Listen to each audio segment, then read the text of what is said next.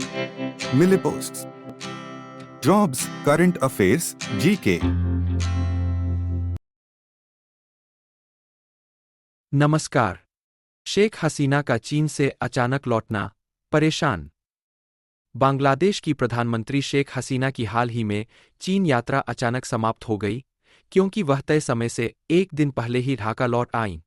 कथित तौर पर वह बीजिंग द्वारा वादा किए गए वित्तीय सहायता और कूटनीतिक प्रोटोकॉल को संभालने से नाखुश थीं।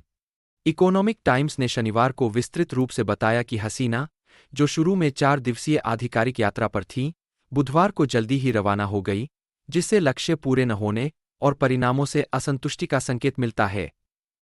राष्ट्रपति शी जिनपिंग ने बीजिंग में हसीना की मेजबानी की, जहां दोनों नेताओं ने द्विपक्षीय संबंधों को एक व्यापक रणनीतिक सहकारी साझेदारी में बढ़ाने के प्रयासों की घोषणा की। इन कूटनीतिक इशारों के बावजूद चीन द्वारा किए गए वित्तीय प्रतिबद्धताओं पर मुद्दे उठे। शुरू में ढाका ने $5 बिलियन के पर्याप्त ऋण समझौते की उम्मीद की थी, हालांकि वास्तविक संवितरण केवल $100 मिलियन था, जो उम्मीदों से काफी कम था।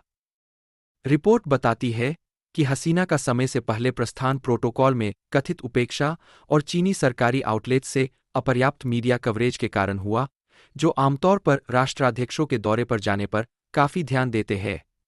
प्रधानमंत्री की पार्टी अवामी लीग ने प्रधानमंत्री ली कियांग और राष्ट्रपति शी के साथ उनकी बैठकों को बड़े पैमाने पर प्रलेखित किया, हालांकि चीनी विदेश मंत्री के साथ उनकी चर्चाओं के लिए मीडिया कवरेज की अनुपस्थिति पर ध्यान दिया। उनके आगमन पर अवामी लीग ने कई समझौता ज्ञापनों एमओयू पर हस्ताक्षर करने की उम्मीद की, जो संभवतः व्यापार, प्रौद्योगिकी और द्विपक्षीय सहयोग में 22 समझौतों तक पहुंच सकते हैं। हालांकि परिणाम कम रहा। संक्षिप्त यात्रा के दौरान केवल 16 समझौता ज्ञापनों को अंतिम रूप दिया गया।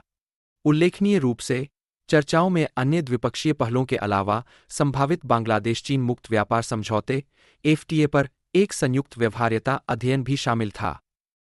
यह घटना अंतर्राष्ट्रीय कूटनीति की जटिलताओं को रेखांकित करती है, जहां आर्थिक प्रतिबद्धताएं और प्रतीकात्मक इशारे आपस में जुड़ते हैं, जो राजनयिक संबंधों के प्रक्षेपवक्र को प्रभावित करते हैं। जैसे जैसे बांग्लादेश अपनी रणनीतिक साझेदारी को आगे बढ़ाता है, इस यात्रा के निहितार्थ क्षेत्रीय राजनीति और आर्थिक नियोजन में गूंजते हैं, जो दोनों देशों के बीच भविष्य के जुड़ाव को आकार देते हैं। हसीना की यात्रा के बाद चीन बांग्लादेश संबंधों की गतिशीलता पर चिंतन की आवश्यकता है, तथा वैश्विक आर्थिक बदलावों और कूटनीतिक अपेक्षाओं के बीच द्विपक्षीय सहयोग में चुनौतियों और अवसरों पर प्रकाश डाला गया है।